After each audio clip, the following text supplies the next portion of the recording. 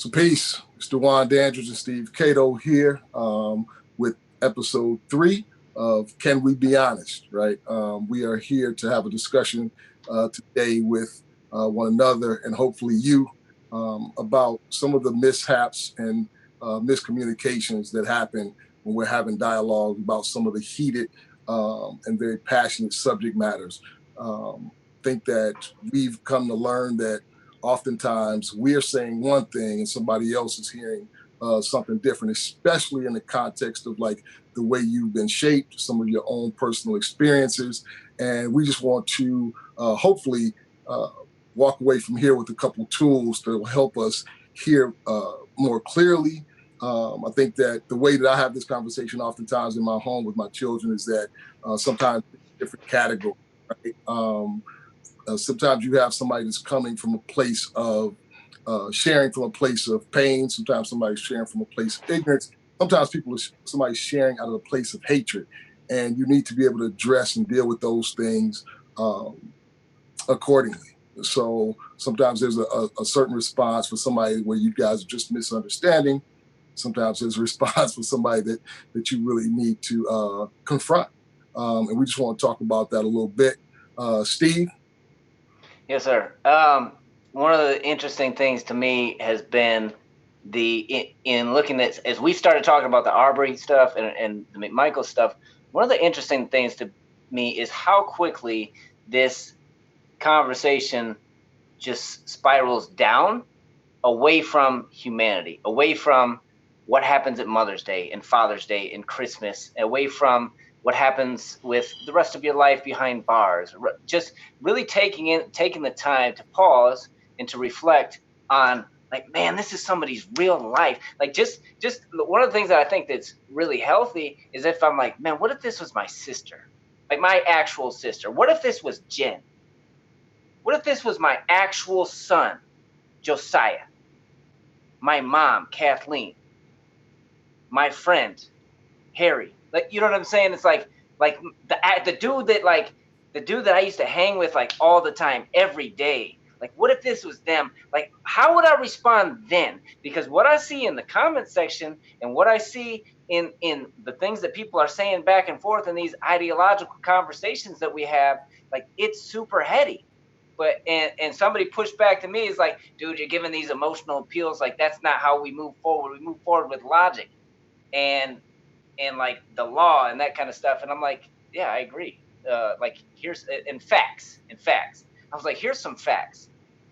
But like, look, let's not also forget that, like, here's another fact. The fact is, when we touch the heart, like, we think we make decisions up here, but we make decisions down here. We make decisions in the subconscious. 90% of what we do today, we'll do yesterday. And we're built and we're wired on all this stuff that we're not even thinking about necessarily, like, overtly. And so really, I'm trying to figure out, and part of what we want to talk about is how to, like, keep the heart of it. Why do we keep, like Dewan said, is like, why do we keep missing each other so hard on this? And why are the same camps, like, when we have these conversations, why is one camp and one set of people seem like they're always over here, and one kind of set of people seem like they're always over here? So, like, really being able to connect is part of the conversation that I think we want to have tonight. Like, where are we missing each other?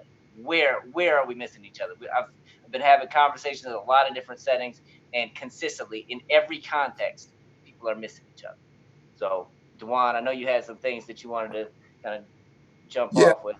So to make it make sense to everybody, we figured we'd shoot a couple things out that I think that some of us are familiar with, things that we've heard said, things that some of us have said, and just talk about like the difference in what I might hear versus somebody else that has a different background or a different passion on the same subject matter might hear. So we're going to share and walk through a few of those things. I think the one that you said resonated the most with you, Steve, was the all lives matter. Like when you're hearing people say Black Lives Matter, the all lives matter or the blue lives matter, right? So I guess the question that I also throw to you, Steve, is like, what comes to mind when you hear Black Lives Matter And so let's take them one at a time, right? What comes to mind when you hear people saying Black Lives Matter? What do you hear? So this is an interesting one because I think what I have to constantly remind myself on this one, because I think when I first heard it, it rubbed me the wrong way. Like, I think a lot of white people, and it's this thought, and you had this, like, the all lives matter kind of thing was in response to that. I actually think if they would have said all lives matter, it would have drawn attention to the fact that, like, hey, we want to be like everybody else. We want to be treated like all the white people are treated. I think instead what it did is the language that was used, I think, created unnecessary division, and then, like, that in and of itself became a topic of conversation. At the same time, I don't know if you want me to get into this now. At the same time, I think people were happy to be stuck on the verb choice, on the phrase, and on Black Lives Matter and the title and what was chosen, rather than to actually deal with the issue. And so I think that in and of itself is a problem as well. And I think you see that in the Kaepernick issue. It's like, we're gonna be so stuck on the fact that, like, he's disrespecting the flag, which is fine. Like, I don't have a problem. Like, if you really feel like he's disrespecting the flag, say something about that. What's strange to me, though, is that, like, we don't want to deal with at all the other stuff that he's actually talking about. Like, we're just happy to stay here because I don't like your tactics. I'm gonna just stay here and focus on the tactics rather than be like, man, people really are dying. Like, people really are getting shot, and so that's kind of the thing. So yeah, it definitely rubbed me the wrong way initially. I think one of the okay, I'll stop there. There's, I think, a particular picture that helped me put it in context more, but it's something I had to constantly remind myself from, and I'm like, that's unnecessary. No, so thanks. So I'll give my thoughts on it. Like, so what I hear when I hear Black Lives Matter, and then, like, maybe even from what you just shared. So I think the All Lives Matter has never worked for us, and I'm saying us like Black folk, right? I mean, we have sayings like freedom and justice for all, right? It's like we just have not benefited from those mantras, right? The way that the white community has, I mean, historically and currently, right? So I think that to not draw awareness to it or make the awareness vague, kind of can take the strength and the focus away from the main issue. So when I hear like all lives matter or blue lives matter, like, it reminds me of something that I heard that was, like, just very profound to me. Even when you speak, somebody who I think is very, like, open-minded, saying that, like, it rubbed you the wrong way. Like, the concern that I have with that is, like, what for somebody that may not be as open-minded? What about somebody that has not done some of the work and have some experiences that you have? So I heard James Brown say that when they were James Brown? No, not our James Brown. The singer. Brown, yes. Jump back, want to kiss myself, James Brown. I heard him say that he was making songs like Say It Loud, I'm Black and I'm Proud, or some of the protests that were happening during the civil rights era and whatnot. He said, look, you're hitting us and we're saying ouch, and you're mad because we're saying ouch, right? Yeah. So when we say Black Lives Matter, and that frustrates people to the point where people will start movements and to try to silence that, it has you feeling alone. It makes you feel scared and angry, right? Because allies are important when you're trying to change laws, when you're trying to change norms, allies are important. But yeah, so that's that. Those are my thoughts on that specifically. So So I I know think that. the one, just to say this, the one thing that helped me make sense of it was the whole, when somebody's like, so you got a house on fire, and like you go to put it out, it was a picture, it was actually a cartoon. The house is on fire, and then it's like the rest of the block is straight, but it's like we're dealing with a house that's on fire. It's like, well, all houses matter. Yeah, but yours isn't on fire. You know what I'm saying? So that helped me. I still think this gets, I still love the conversation about, I think tactical conversations are important. I think big picture conversations are important. Like, even if people like, so look, there's times when my wife comes and says something to me in a way that I don't like. And every once in a blue moon, I say something that she doesn't like. And but no, so seriously though, I can get caught up on the tactics. But there's sometimes when she's just like, yeah, it's right.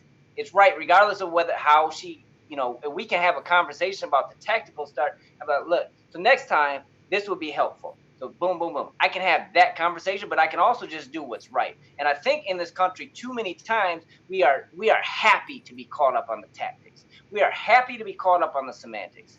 And because then I can just stay where I'm at on my side with my people and just keep throwing stuff at you and keep waiting for you to say another thing dumb and another thing dumb so I can pounce on you. I see us going back and forth every time. Like, that's where this conversation stays. So yeah. Yeah, no, thanks. That's good. Do you want to dive on tackle another one, or do you want to? So I'll say this real quick, because I think that this is important, because we said we would try to give some techniques. One of the things that I have learned to do that I think is really important in having these type of discussions, I've learned to separate what someone says, be it their position. Um, and I've learned to separate it from the person, right? So, and one of the things I've learned to do is how to address something in the moment, in real time, and put someone's perspective in the corner without putting them in the corner. And what that often looks like is I'll say, hey, Steve, this is what you said. This is how that made me feel, right? So not, hey, Steve, like, why you make me feel like that, or why'd you say that? You know what I mean? It's like, no, this is what you said, this is what I heard, and this is how that made me feel. Now, what I want to know is, were you trying to make me feel that way? Because if so, now it's obvious that we have a serious difference, right? So I addressed that one way. But if you didn't know that it was going to make me feel that way, you didn't intend for it to make me feel that way, we can wrestle through that and say, hey, like, you maybe, like, the heart behind you saying that is something you really need to take some time to reflect and figure out, why would you say something like that to me in the first place? And I've said things like that to you that have offended you, and you said things like that I've wait. You know what? I've seen you say things that have rubbed somebody else the wrong way. I don't know if you. I'm thinking a little bit about something that you may have said that pissed me off, or rubbed me the wrong way, and we had to address it. Well, anyway, the point is, You could say I'm not afraid. no. I mean, if you were afraid, that'd be on you, like, not me. I just can't. I can't think of it right now. But I mean, you've definitely said some stuff that, and we both know I could fire away on some stuff that we'll save for another show. All right, cool. Yeah. But no, the point is being able to address something in the moment, get some clarity, some understanding, but not shy away from a difficult conversation, because they need to be had. Um, Otherwise, we're having this conversation with the individual in our mind, and we're answering for them oftentimes. At least I do that. Maybe nobody else does, but I do that all the time. So you got any thoughts? No, I mean, I think that's key. I think it's key. And I think examples are important. So I really don't mind if you throw something out there, just to kind of. Yeah. So I think so. So I'll use an example of when you did that to me, right? Yep. So we were having a conversation, and we were having a conversation, and you were talking about something.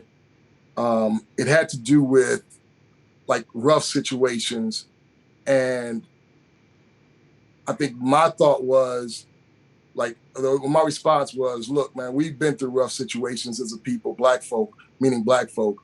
And I think I said something to the fact that you guys like struggle with tough situations. And I said something like you guys are likely to commit suicide if you have to go through something really, really hard. And you were like, whoa, like and I mean, it came out so naturally because it was a real thought that I had. I mean, I'm not proud of it, but it was a real thought, and it was really the way that I view challenging situations. And you addressed it in a moment. You were like, "Yo, like, what do you mean by that?" And then we put context. I mean, putting some context, and you being my friend, somebody that I love and care about, like have had like your own bouts with depression at times. You it charged me to have to look at how insensitive that comment was and how jacked up my view was on that. But it was a great way to address something that needed to be addressed, bring some correction, and me to start looking at things from a much more sensitive perspective. So, Yeah. so that's. And I think that's one of the things that's missing from another thing that's missing is this recognition that I have problems. So we cancel people really quick in this culture. I mean, we love to do it, and I think the text that makes so much sense is when they bring the adulterous woman out here, and they're like, Jesus, here she is. What are you gonna do? And he's like, hey, man, we should stone her. So you guys start. Whoever doesn't have sin, like you throw the first one. And the old people left first because they recognize, like, man, they recognize their own brokenness. But I think in these conversations we don't. I think always reminding myself, I've thought dumb things, I've said dumb things, and I'm not done. Like, I'm gonna keep saying and doing dumb things. I'm gonna get better. Hopefully it'll be less dumb as I go. But I think that's huge. I thought you were gonna say something dumb that I said, but anyway. But yeah, I think We're gonna need a whole show. Like I mean, I think about pulling some of that stuff out. We're gonna need a whole show. Now, I'd be okay. surprised if phone does not call in after that shot you threw her way. He's probably in the weight room right now. But do you want to bring Nick in? I'm Yeah, let's excited bring in to Nick. hear. I'm excited to hear from Nick. So you want to bring him in? Yep. So let the people know how they can call in real quick, Steve. If you want to walk them through Yep. that. So here's the thing, and so we gotta text the number 313-473-0449 if you want to have a question, you want to do a phone call, 313-473-0449. So what's gonna happen is you'll send a text, you'll put your name and your comment or question, and then we will send you the Zoom information along with a list of the guidelines, which is basically be respectful, and there's a few other things. So we'll do that. And yeah, let's bring Nick on. Nick, so I actually reached out to Nick to invite him on the show because I was invited. I've been sharing about mental health stuff and depression, for a while over the past, 5 to 6 months or so in different degrees. And I shared something the Sunday before the Arbery case really broke open a couple weeks ago. I shared about getting shot, and on another occasion getting jumped. And in both scenarios, there were black males involved, and that, like, the PTSD, my PTSD actually was connected. Like, my trigger points were around certain black males in certain scenarios. Like 99% of the time I'm good, and I still like go about my normal business in Detroit. But there are times when I'm triggered, and so for me, the reason why it's important for me to share that is so that people know, one, they're not alone, and two, like, they can talk about stuff. Because I think the more we bury stuff, like, the more problematic it becomes, and the more it can just fester and become a poison. And so for me, I started sharing about that. Because of that, I was invited to talk, about about a show that Woodside Church had. They did a Zoom call with some different perspectives. Nick caught that in the comments. Nick was pushing back, and so like and I'll let him explain his pushback and why. But for me, I think it's really important that we hear each other, and that's one of the things that Dewan and I are committed to, is really hearing people with different perspectives. It's so important. So Nick, feel free to jump in from there and just give us your what's the pushback on the conversation, whether that conversation specifically, whether this particular situation with the Arbery and the McMichaels scenario. Go ahead. Okay, so just to get my background out there, is like I'm Irish white. My beard is very red. I have freckles. Like, I am visibly white. There's no mix in me whatsoever. I don't have many black friends. Any person that is not white is basically an acquaintance through hobbies. I work with white people. I grew up in a white home, so like I am as ignorant as possible on how the hard-hitting matters of race occur. However, your house also white, like painted white on the outside? Certain parts of it, yeah. No white picket fence though. It was chain link. That was kind of rusty, but so in being in this area of not experiencing race relation issues, now that we're in the age of social media, I kind of wonder about how the Rodney King riots would have taken place if social media was around. And the thing that really occurs to me is that now there's a lot of expressed anti-white sentiment from activist groups. Whether it's through Black Lives Matter, do I say that cause is now poisoning the well? Like, do I say the cause of Black Lives Matter is now bad because there's some bad apples in it? Do we say that there's a rotten apple, so therefore the whole batch is bad? So anytime I see, so define when you say anti-white sentiment, like what throw out a couple examples, like what? It's pretty explicit. So I think it was the Me Too movement that had a lot of anti-Semitic people in it. And then at the same time, Black Lives Matter, it seemed like they had a lot of diversity quota laws that they wanted to legislate. So for instance, if a human resource board at a job now, if you're a very big corporate business, let's say Quicken Loans, for instance, if they have a diversity quota, that means that they want to say, let's lift people of color out of poverty and give them better jobs at the expense of qualified white people. So there's this, we don't care about white people, we want to have people of color be in this business. Or at the same time, there's a lot of negative, how shall I say it? Like, I don't care about your opinion because you're white. There's a lot of, your whiteness prevents you from having a good opinion on matters of race. So when I say anti-white, I'm not typically saying because you're white, you think bad, or because you're white, therefore you're inferior. It's more like, because you're white, your opinion doesn't matter. You're the majority race. You're represented more in legislation. You're represented more at government. So therefore, like, your race has the power somehow. Because when I read these tweets, or I read these social media posts, or I read what my friends have been saying, it seems to me that because I'm white and I don't have experience, therefore my opinion doesn't matter. So a lot of my friends have this issue of, is it okay to punch a Nazi? And they moralize it in the sense of, you have bad ideas, so therefore you need to be hurt. And it's like, what's going to change their mind? A fist in my face, or knowing that having different levels of melanin in your skin, it has no effect on your opinion. So like, there's lots of fireworks going around here, just so you know. Sound like a 12 gauge. It ain't sound like no firework, Nick. I got 16 9mm right here. So okay. I'm very familiar with this neighborhood, but you'll hear fireworks because it's Memorial Day. But there's a lot of, because I'm not invested in it, and then I make an opinion on something, it's like my view gets shut out. And I vote, and obviously they care about where I vote. So if I express an opinion, then it's like I get labeled certain things, and racist is the biggest one. Because, for instance, let's say I go to a church and okay, that's really close. Maybe I should go inside because this is going to get really loud. I know this area, they're going to put on fireworks galore. So basically, the anti-white part that I'm trying to really express here is the moment I say something about race, no matter how innocent it may be, it seems to be that it's invalid. And that's the part that bothers me the most, because I have a lot of friends that believe like this. You'd say that they're white liberals. I'm a little more conservative.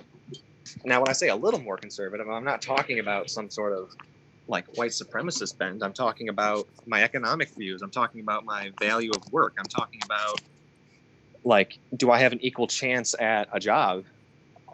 Like, because I step into a certain job does not mean that I should have a disadvantage because they have a diversity quota at their place. Like that, it just seems odd to me that now race relations in terms of legal standpoints, there is a big push to it's in good intentions, because they want to lift a lot of ethnic minorities that are typically associated with poverty. And just because I put stats behind it doesn't mean that it's somehow a virtuous thing at the expense of hurting others that might be well qualified. The moment I make that point, it's just like they see that I'm trying to, oh, the white man needs to get there because he's qualified, rather than the black person, because it's like you don't want to help them more so than I'm good at this job, so therefore hire me. That's good. So Nick, thank you for sharing and coming on like really quick, diving in really deep. So Thank you. One of the things that kind of really stood out, I mean, everything you said stood out to me. But one of the things that stood out is that when you said you gave your background, right? And you said that, on this subject matter, I am like not well versed, right? You haven't like done a deep dive, but you still want to be a part of the conversation. And I think maybe what some of those people that give you immediate pushback, some, and I'm not talking about the ones that don't feel like you should participate in the conversation at all, but some people will give pushback. So let's say me, right? Like what I would want to see you do, and what I challenge you to do is definitely come in with your perspective, but realize like where you come in at, right? Like if it's a subject matter that I have zero, like or very limited awareness of, right? Then hearing, or seeing some advertisements and whatnot, I enter into that space as a novice at best, right? Okay. What I think, and you'll hear. So what I think is that to have the experience of growing up Black in this country, or like Latino or Native in this country, gives you, puts you in a situation where not being highly knowledgeable is not an option, right? Like you have to learn how to exist in this space. Like that thing that you described when you talk about not necessarily being able to get a job because you're white, like we live, we're birthed into that situation, right? Like we're birthed into that situation where you're being told what you can go, where you can go, what you can do, like how you're supposed to move. And it's very common experience for the world, right? And I'm saying this, it's not like if I leave out of my house, I'm like I'm likely to have an experience where somebody's going to want to tell me exactly what to do with my body. That's not what I'm saying. But I am saying that I know that there are spaces that, and there are cities a 5-minute drive from my home where like I'm not wanted and I'm not welcome, right? Okay. And that will be communicated to me if I do anything that makes anybody feel uncomfortable, right? So that's one thing. I would say understand that like you need to be a part of this conversation. But I would say understand the thought, like somebody like me, where I'm, even after hearing you describe your own experience, where I see you coming in at, right? So you're not an expert, right? Like I would consider myself like somewhat an expert on the subject. So you would come in needing to take the posture of a student, a learner, and I'm Okay. still right. And I think that not being willing to come in and ask questions, not being willing to come in and give your perspective without asking questions could be offensive to somebody that like lives in this space and is an expert in this space. You see what I'm saying? Does that make sense? It makes sense, but I would push back on it because I don't know how recent, let's say, affirmative action policies have been in place, or how recent certain politicians have said things. So like Joe Biden just a couple of days ago said, if you have to consider between me or Trump, you ain't black. Now, this is the thing that's kind of weird is that you have someone like Joe Biden. He puts in the incarceration policy about, first strike drug offenses in the 80s. He's responsible in large part of the crack epidemic in the late 80s, early 90s. And then at the same time, you have someone that, I don't know. I think it's elder abuse to put him on the pedestal like this. But the thing is that if sentiment like that reaches the top of the Democratic Party or any party for matter, it doesn't care. I don't care who it is. It's just that when there's an association of particular ideas or particular events or experiences simply because of your race, there is legal precedent depending on how far back you go. And the reason why I would say things like, because I have a lack of experience, it doesn't negate the fact that there's stats that prove that when Google says we need 20% of Mexicans, 20% of blacks, 20% of Asians in here, or Harvard says that we're going to downgrade Asian personality scores because we need less of them because there's too many applying, as if Harvard is saying that because they're smart and they're able to be at the school, we can't have all of them because next thing you know, you'd have an 80% Asian school. And there's a case waiting in the Supreme Court for it. And this has been going on since the early 2000s. Now, when you say born into certain things, I mean, not to say that I recognize the whiteness in your beard, but like you have an older experience with actual issues from the past that were legally in there, saying that I think it was like in North Carolina where they finally struck down in the early 80s about interracial marriage. So there's pockets of issues, and then whoever has the biggest megaphone or however the media decides to portray an issue, it seems to me that there is a lot of bias in how the media portrays an issue. So for instance, if I were to use the Ahmaud Arbery case, how I connected with Steve in this, when someone talks to the congregation as a pastor, a spiritual leader, and they're black, and then they casually mention Arbery jogging, this is a fact of the case that is disputed at the time that this recording took place. And I could tell you that when the media hyped this up and said, here's this 36-second video of a guy running at a truck and then turning around it, a couple days later, there was a video that happened that came out where it left off the minute and 30 that was behind it. And then there's another camera from a house and a camera inside the vacant house that he went to. The idea that he jogged there was not right because he was walking up the driveway. And then there's also a dispute as to whether or not it's acceptable to walk into private houses that are incomplete. I've seen a divide on this between black and white, so I'm not saying that this is a problem.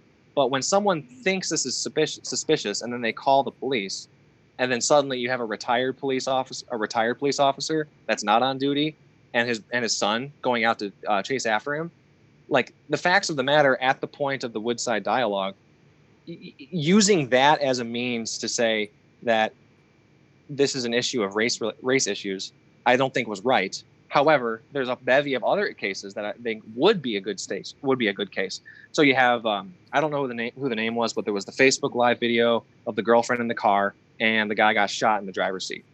The reason why he got shot, who was it? Philando Castile. Okay. So in that state, you did not have a duty. There was no duty to tell the officer if you had a gun in the car. He did that. And when he reached for his papers, that's when the guy shot him because he was in fear of his life, according to the officer. Do we say that this is a racist intention or not? To me, I don't say. I'd like to think that he was just too trigger happy in securing his own life anytime he moved somewhere where it was concealed. However, there's another issue of the guy that was outside the vehicle, I think for a pat down, and then he ran out and the police officer shot him in the back. Like, those are good cases to make an issue of race relation issues. So if I was in that car, like, my gun's on my hip and not under the seat, not in the glove box, but the thing is, if I reach somewhere where something is concealed in order to show in my insurance or my driver's license, yes, my whiteness might be a factor in whether or not someone is fearing for their life, because do they think of black as in mean or cruel or privy towards violence? I think that has to be researched more. And anytime I voice my opinion and say this on, let's say, a social media page, then I get a bevy of comments saying that I shouldn't talk about that right now. So when someone tells me, you just said, though, let me back up for a second. Okay. You just said your whiteness may be a factor. What do you mean by that? Are you saying that you think that a cop or somebody else may be more comfortable with the fact that you're white? Yes, because I'm ignorant, and all I have to go off of is the experience of other people telling me these things. I am not omitting the fact that someone might be more cruel or more privy towards violence because they perceive black as mean. So if someone if the mere skin color changes how hesitant you are to interact with them, or are you going to be more precautious than others because someone's black? Like, I'm not saying that that's completely wrong because of my lack of experience in understanding these matters. Now, the reason why I'm cautious on this is because I can't say that there's proof that someone is racist because of this. If you just look at the events that transpire, obviously the police officer in one case says he was reaching towards something I couldn't see, so I shot him because he might have pulled out a gun. The biggest factor of police fatalities are just routine traffic stops where someone pulls out a gun from concealment. And that's just a fact of being a police officer, not really a fact of whether the victim was the person they pulled over was white or black or Asian for that. It doesn't matter to me. It's just that in those events, can you say something is a racist intention or not? Or did race play a factor in how trigger happy someone was? And the moment that someone that's inexperienced, someone that's not really connected to the situation involved, and say, well, can we reasonably say that self-defense is a bigger point in this? And if race fueled that defensiveness on somebody, then there needs to be some sort of evidence outside of a pattern. Because if we take the phrase that correlation is not causation, then we might be looking at false positives here, unless the police officer outright says, I think black people are more prone to violence. If that's not the case, seeing a pattern may be justified in terms of actions, but at the same time, that's not saying that race is involved. Even though it's a correlation, can you say that's the cause? I'm hesitant to make that reasonable jump. So let's say that racism is not the cause, right? Like let's say that. Let's say we can find enough evidence, and let's say we can never like really find out what's in somebody's heart unless they're Dylan Ruth and they say, "Look, I killed them because they were black," right? So, I think that some of the frustration, and I'm making assumptions. I don't know what the people that are responding to you in those spaces are where they're coming from, but I would say some of the pushback may be that it's not necessarily individuals, it's the system, right? It's like, because if we're talking self-defense, I would say like Ahmaud Arbery was the one being pursued. Ahmaud Arbery was the one like that was trying to get away, probably not jogging, but it looked like he was trying to get away from them. Right? So like at a certain point, I think he was like defending himself. Mm-hmm. So the thing is, when there's no justice from like, the legal system, and we'll consistently see people be able to say things like in the Philando Castile situation, I was fearing for my life, right? In a spot where the guy legally had a weapon, right? And I think what the black community is saying is that if that was a white dude, if that was Nick, he'd be in jail, right?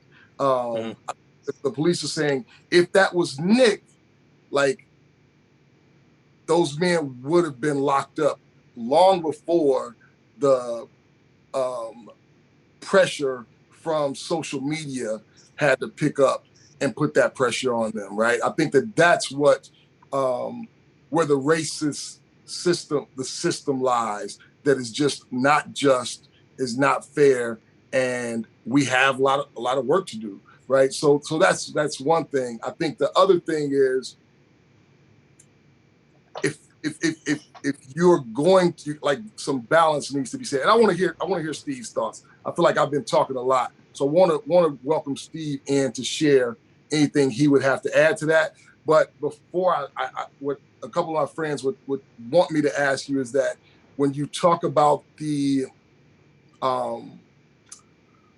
affirmative action piece, I'd love to hear if any of that have really kept you and prevented you from getting access to any opportunity.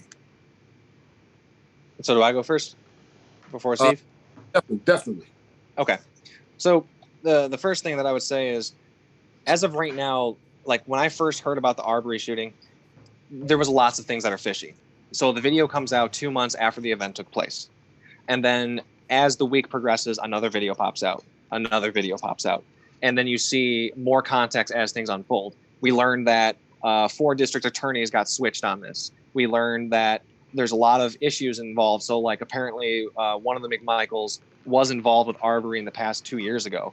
And then the homeowner was directed by the police to call one of the McMichaels if an issue at the property happened again. So we have a lot of fishy evidence in terms of some sort of corruption going on. Are we saying that the retired officer is getting covered for what's going on? So, like, did the police try to, like, shove it under the rug and say, we're just defending our guy? Or is there issues of that? And it makes the racism claim seem pretty understandable. However, until there's some sort of smoking gun in that in the sense of racism, I think it's more explained as to, the retired guy's old and he's a good member of the community, and therefore we're going to save his butt. And then when the media broke it loose, now the firestorm's on. So if the guy was white, or if the police officers were black, then to me it seems like all the evidence points in the same direction, that it was just plain corruption rather than a racism issue. So as much as I believe that the initial call of Arbery being suspicious was justified, however, chasing him with guns in hand, that is completely unjustified. According to the law, Arbery was defending himself because a plainclothes person was attacking him. So it's just, it seems to me that even if the retired officer had authority power of the police, was that made known to Arbery? And did he make a choice regardless of that authority? We don't know until we only have one side of the story, because Arbery's not here. And it's absolutely unfortunate that justice is probably not going to get served, because we're not going to know that particular fact, because Georgia has a unique citizens arrest laws. And that makes the situation very unfortunate, because it might not be murder, it might be manslaughter. And if that makes a difference to somebody, I mean, they're still going to go to jail for the rest of their life. However, it's not the same as, like, this is in cold blood, or was it just vigilantism gone wrong? And also the same thing with hate crimes in the United States. Like, why do we add more years to someone's sentence simply because they had an intention of killing someone versus just because I hated them? Like, do we raise you like, my spouse cheated on me, therefore she should die, has a base sentence of 25 years versus I killed her because it was a black guy that cheated with her, therefore it's 35 years. Like why does that change the difference? And then to answer your question about affirmative action, obviously I don't feel that way about how my applications towards a job affected. However, the fact that the policies are in place at particular businesses does show that anytime a white person does go to that business, they are going to be ranked down on the list of people that go into the job, depending on the color of people that work there. And that in itself is a systematic point of racism, simply because it is using skin color and not qualifications of the job to make the business run. So if Google wants to make, every mixed race and every, I don't know if you want to say that there's a clean race, because, like, my wife's half Mexican. I had a child 2 months ago, and so she's going to be 25% Mexican. And the thing is, like, how far down the list of different sections of racism or race do we label people and then say, okay, we've now filled the complete rainbow of color at our workforce, therefore we're good? Like, all right, let me jump in. Yeah.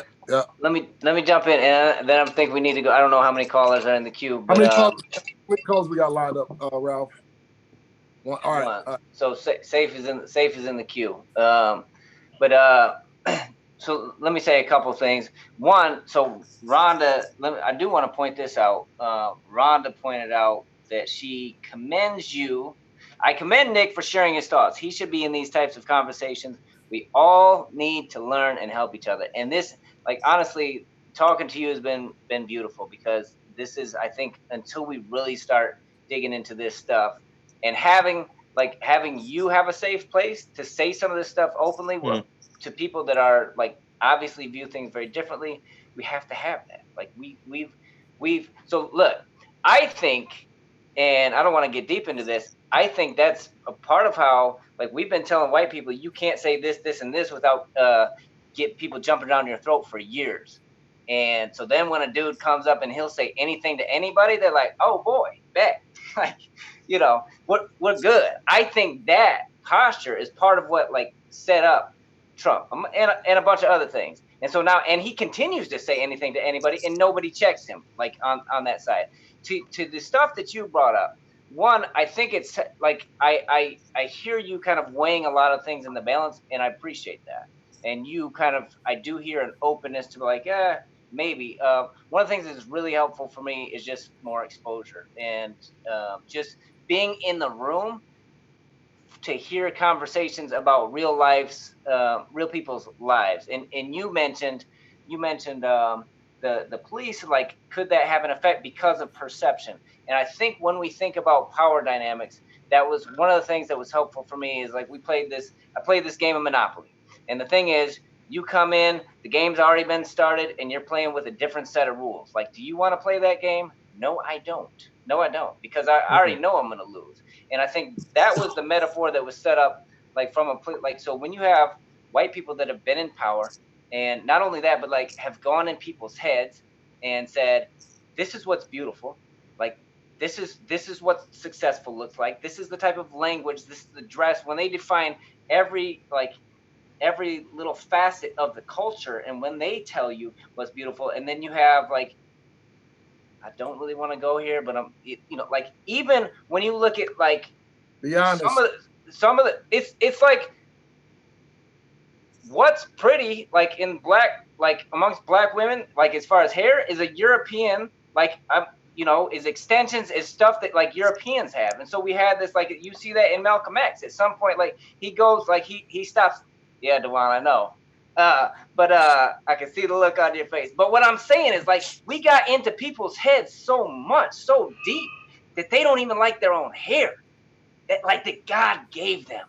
And so, like, there's a pushback in some people to be like, this is me, so I'm gonna wear my dreads, like, in the office, like, I'm gonna be that. But like, man, we got so deep, like, I can't even begin to understand. Like, that's a really simple thing, but I can't even begin to understand like what it would mean for people my whole life to call me like the N-word, and to be like, you're trash and you're not even human, you can't even vote, like all these kind of things, and like what that does to your psyche and to your mindset. And so, like, there's a very strategic breaking process that we did. And then even now, when we talk about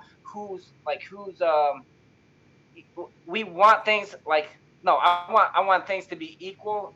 But like, what about, I look at the school systems, things aren't equal from jump.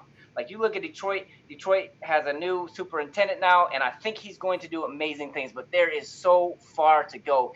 These kids are not getting the same education that the kids out in the suburbs are getting. So when they go to the job, like, where do we actually care about that stuff being just? Is it just when we get to like that, like to the place where we get to the job, like or should we like be trying to help work with people? Because I hear the pushback, but I'm like, we're not getting to the root of the problem. Like, when affirmative action was a big deal in the 90s and early 2000s, like, we're not actually dealing with the root of the problem. So I care that Johnny didn't get into Harvard because Jamal took his spot, but like, in these little certain scenarios that we heard about with our one-off, but like, white kids aren't having a problem in general getting into college. Like, from my experience, being white and like going to school with a bunch of other white kids, you did like, so there were programs set up because retention was a challenge.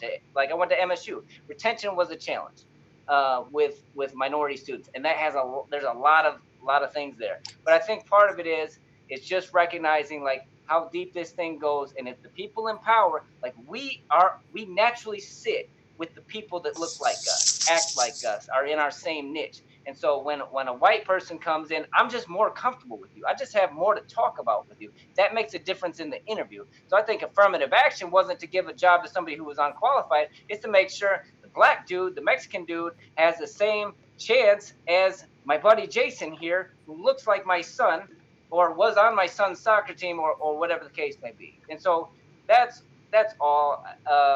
I know we got to go to the next call. We could I would love to talk to you more, but I know. So I know that people that are going to be watching this, they want that agree or disagree with us. They want to see the person that they disagree with get it right now, right? And they want the person that's on here that they agree with to fix that person that they think is broken, right? And I know that that's a temptation oftentimes. Well, that ain't gonna happen, right? It's like, because the reality is, I think we all have something to learn from each other, and being able to have this conversation will help. I do want to give you something to look up, Nick. One, so check out Vivian Thomas. Right, writing it down. All right, so check out Vivian Thomas. Just Google him, check him out. He was the black dude that should have performed the first open heart surgery, right? But somebody else ended up doing it and getting the credit for it in the whole nine. But just check that out, just for starters. The other thing is, we circle back probably offline. I'll share with you some of the affirmative actions that are in place in some of those places that you like mentioned, right? When you talk about legacy, getting points for things like legacy in colleges and stuff like that, right? In a place where it was mostly white people there who like Steve's parents are more likely to have graduated from some of these places than my parents, right? Like that. So affirmative action at best tried to bring some balance to an affirmative action that was already in place, to benefit, mostly white males, right? But I don't want to I want to invite you back whenever you want, but we will also be able to finish this discussion offline because we got to get that next person on. But I really appreciate you coming and being an authentic version of yourself, and for being honest on the Can I Be Honest show. I mean, I appreciate the opportunity to come on. However, I told Steve this before. I mean, with everything that you guys just said, I do have a rebuttal for it that I think would at least put a good stone of doubt in your shoe. And put it in the comments. Put it in the comments. Yeah. I mean, do you want to come back? And come back. Throw it in the comments. Yeah, but don't be married to being right. You know what I mean? Be married to having an open-minded discussion. That's what I was about. The only thing that I would say before we switch guests is that, so I disagree with the consequences of affirmative action. The intention was there, but I think the externalities of how it actually rolled out backfired, and I think it made the problem worse. Now we can get into the details later. I could put it in the comments, but the thing is, I think that the biggest issue I have is whatever issue it is, whether it's police brutality, whether it's legal, whether it's lawfully put up racism, or if it's a matter of just disregarding my opinion due to my inexperience, there is an issue of ignoring a particular part of the population, and guess what's going to happen? You ignore that population, you're going to get people that are racist, and you're going to get people that say, look what they did. They ignored me. They put me in a hole. I'm censored off the internet, and I'm going to fester like a bacteria underneath the basement. And it's going to be a problem if you don't address it. So this is a great thing about the conversation that we're having, because it does get it open in the air. And I don't think a lot of people of color, and I don't like using broad strokes here, because in my opinion, there's a lot of people that agree with me economically, socially, that are black and older, and they have the experience of seeing through this and saying that wasn't oppression, or that wasn't racism. It wasn't that hard. And if they say it, it's not a problem. If I say it, I'm a racist or they're a token. And it's like, oh, that's just what white people put up. And therefore it's like, they're not representative of the population. And then they stand by all flabbergasted saying like, no, I know people, they just don't have a megaphone. And it's like, this is the frustrating part, because it's just like, no matter what way I look at it, no matter how I present things, no matter what unspoken code I break, I get ignored and I get pushed out, and it's just gonna lead to what is the current Charlottesville type of person that goes there with a tiki torch because they're mad at being censored. Yeah. Well, if you go to Charlottesville with a tiki torch, that's on you. I hope that you felt respected here. I do. So that's it. I'm gonna take a shot at you before I have Ralph fade you out, and I'm gonna say the key word to like some of those last statements, what you said, that is you think, right? So as long as you're still thinking and you're not parked on like you know that stuff, like I want to come to the conversation and continue the conversation with you personally, being open-minded and willing to stretch myself and grow. But I hope that you come the same way. Thanks for being here. Thank you. Ralph, fade Nick out and bring our next guest in, please. Thanks, Nick. Yeah, and I actually agree with some of the stuff regarding affirmative action, because I think part of the problem is it doesn't actually get at the root. So I think you're trying to like address stuff like when it's way further matured. And I think at that point, in some ways, it's too late. And I think also when you try to mandate government stuff, it's always going to be broken. I'm not saying it was bad. What I am saying is that I think with the frustration I had is like, why aren't we dealing with the root though? Why aren't we starting at the beginning? How do we figure out the stuff so we don't need that as much, so that the personal bias is like all that's left on the table? It's just personal bias that's left on the table, and then we can deal with that. But like when you have like school districts like DPS, and you have other things, just the from jump, man. What's the problems that we have, and then you have all these other systematic things that are in place. I think that's a problem. And so when we start addressing it here, it's like, whoa, we got to start way back. So say, is Safe on yet, or are we? Yeah, I'm right here. Okay, he's not on the screen yet, so it might be a second before. So keep Safe on. Yeah, there you go, and just let me know when he's good, Ralph. But yeah, no. So I would say it's challenging, right? It's like, because you got to start somewhere. So if you're not starting at the root, it's one of those things where something has to be done. I mean, I've worked in spaces, and continue to work in spaces where we build planes while flying planes, right? And I mean, if folks really and all that, I mean, they could definitely jump on the bandwagon with us and help us pull off this reparations thing and just like repair us from where we started. And we'll stop asking for that stuff tomorrow, I'm sure. So, I mean, I think that, if you're looking for like real solutions, I mean, like, let's move the needle on that. Like, let's have that discussion, and let's give a united voice saying, hey, like, let's make this community whole, right? So I would say, yeah, so that's it. I want to get Safe on, and I want, if we got anybody else, with any in the comment sections, Steve, that you've seen that you want to touch on, like, let me know. We can address some of that. Okay. Yeah, I'll be looking at it. Keep going. Okay, so I would say, and I think so Jonathan Strothfire said that one of the problems is that, like, Black people have been, let me make sure I get the quote right. What we do know is that years of the media portrayal of African Americans as thugs and criminals does affect even police officers. If it affects even African Americans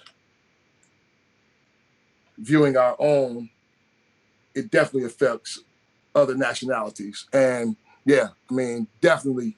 So I think that's one of the things that we need to take into consideration when we see those type of incidents, that, we've been trained, and you'll hear me say this time and time again, we've been trained to view especially Black males, as the boogeyman, right? And that message has come across clearly to all of us.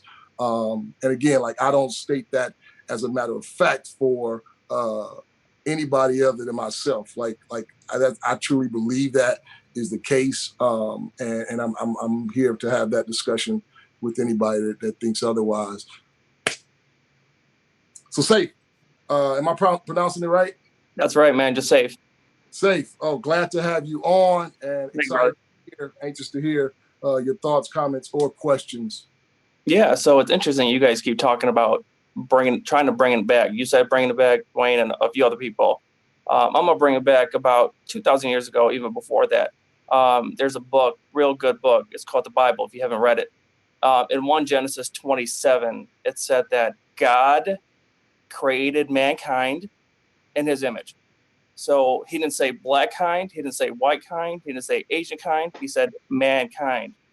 And the reason why I'm bringing that is because today, obviously, we're talking about an issue very, very new to everybody.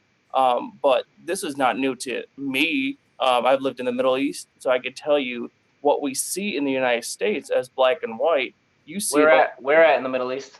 So I grew up in Iraq. I was actually born in Iraq. Okay. We didn't have black people in Iraq, right? So for me, I grew up to hate the Jews.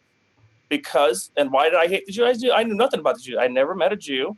And again, it was just because of history that happened back in the day and the wars and so on and so forth. So literally everywhere I traveled to growing up, there was always some kind of disparity between different groups of people, wherever it was. So I leave that situation, and then I moved to Detroit, and people straight up came to me, people of the African-American descent and people of the Chaldean descent. I'm Chaldean, and then people of the Arabic descent. Stay away from black people, stay away from these Arabs, and stay away from these Chaldeans. So to me, when I hear this, it doesn't surprise me at all, because again, God has warned us that everything that He was making good, and again, everything He's made, He said it was good. We're going to go there and ruin it. So everything that's beautiful about us being here in the color and the changes, we are using it to obviously just pinpoint and create hatred. So to me, when I see black and white, obviously that's an issue. But the issue that I have with that is in the media, when we know about 90% of the media is liberal, you only see one side. So do any of you gentlemen know about Corey Ali Muhammad? I do not. Yep. So you will probably want to search him. In Fresno, California, what he did, he was upset. He's an African-American. He said he was upset with the way that African-American were getting portrayed and the killings. So he literally said in court, testified, it's recorded, that he was going to go out there and kill white people. And he said, not only, and when he killed one white person, they said, why did you continue? He says, I killed one white person. He's like, that was not enough. I need to do more. So he killed 4 people, and he was charged, obviously, with other crimes. And the only reason I said that is because that's kind of significant, right? He literally said it in testimony, and no one heard about it. So to me, it's like, why didn't we hear about that? So in that instance, it's like, okay, no one heard his name. And it seems that, one-sided, if it's obviously, and again, I'm not picking sides in this. And that's why I told Steve when we're having the conversation, for anybody really to pick side in this, in my opinion, is inappropriate, because we don't know the fact. We have no idea what happened. Again, we have to trust in the legal system to say, hey, this is just take its toll, view all the viewpoints. And when every single thing is laid out, then maybe obviously we could have our decisions if we disagree or agree. But in a lot of these situations that I've seen, it's one-sided. And for me, again, this might sound bad, and I don't mean this at all. I do not agree with somebody saying alone Black Lives Matter. Because if we take that statement, right? So we'll take that statement in the literal sense that every single Black life matters, right? Because that's what I'm assuming it means. But to me, it somehow doesn't make sense, because when I look at that, and I was telling Steve, before the church came out with their statement, I think a day before, a 3-year-old and a 4-year-old at the same day in Detroit got shot. I seen the grandmother of one of the babies, I believe it was a 4-year-old boy, come out, and I watched the whole thing. She is just crying. She's beside herself. She's like, he was going out in the backyard to hang out with his little cousins, whatever, and that happened. So to me, his life matters. Like every single body else that God said in Genesis 1:27, he made everybody in his image. So why do we look only at certain images and we hold them above other people? So again, that's not black, white. I'm talking about like any death that you would see on the media. Again, people are significant based on what they do, but to me, I truly feel that any death that happens in that perspective, obviously of crime or whatever, is not okay. So for me, every single one matters. So when we pick one, what you see in media and why we're having this conversation, it's always racial. So we pick the one thing that divides us, and we're like, okay, you know what? It was a black guy and a white guy, so therefore we need to talk about it. If it's two white guys, whatever. It's two black guys, whatever. So to me, it's like, no, we need to talk about all crime. So for me to pick, it's like literally, it's like going to your house and your house is a complete disaster, and then going to one corner and cleaning it out, and you're like, you know what? I got my house all cleaned out. Somebody comes to your house and is like, your house looks like garbage, bro. You're like, no. Let me get you upstairs in that one by one corner, and that corner is cleaned out. They would look at you and they would laugh at you. So why are we doing it here? We do it all the time. That's what the media does. So how do we differentiate ourselves and look at that and say, you know what? We have to have a clean house in and out completely. So if somebody comes into my house, they could see that it's clean, that it's not about black, white, purple, green, and yellow. It's not about the race thing. It's about humanity, and we are all equal. So the more we listen to the liberal media, and I say liberals because it's one-sided, really, that's all you see. Like I just told everybody, I mentioned a name and nobody knew. That was on the news for California. That was really it. It did not even hit national news. And that to me is crazy because he literally said, I'm out to kill white people. So how do we assume race in this case when obviously we don't know what happened? I personally, again, I looked at the videos, whatever, but I cannot make any judgment about anything. So just to assume, based on what we've seen, there's some violence, confrontation, somebody passed. Terrible thing. But how do we just look at that and think to ourselves, you know, and for a lot of people, it's just race. It literally was that reason. It's literally saying, I'm out to kill X, Y, and Z. Why don't we look at that the same way? Where were the riots when that happened? Go ahead, Steve. You want to go ahead? Let me read this real quick.